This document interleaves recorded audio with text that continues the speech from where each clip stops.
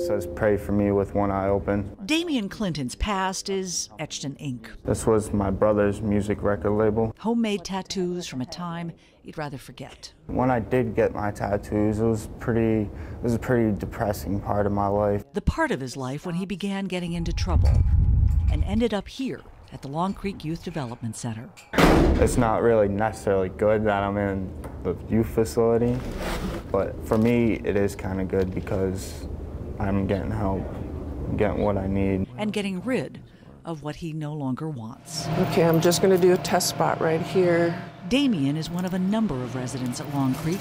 Okay, which one would you like to start with? Who have been able to have their tattoos, drug and gang references, offensive words, removed. What it provides them, again, is the opportunity to kind of start over. And for our kids, that's, that I can't say how important that is for them. You okay with this? Yeah. For the past few years, Dr. Maria Atkins and her staff have provided this service at no or very low cost to juvenile offenders. We just decided that it would be nice to give back to the community with the small tattoos that are really easy to remove, the homemade ones that a lot of kids come in with. They do it in times of turmoil and trauma, and not when they're really thinking about the consequences of putting a tattoo on their hands. Damian started thinking about the consequences, he says, a few years ago, but figured there was no way to undo the damage.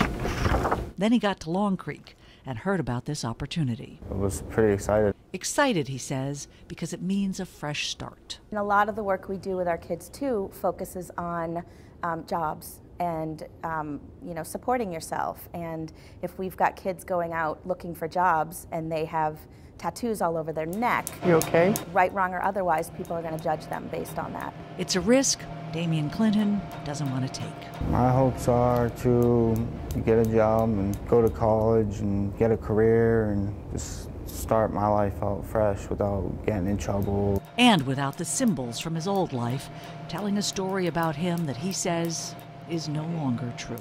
Still doing okay? Yeah. In Portland, Susan Kimball, Portland Press Herald.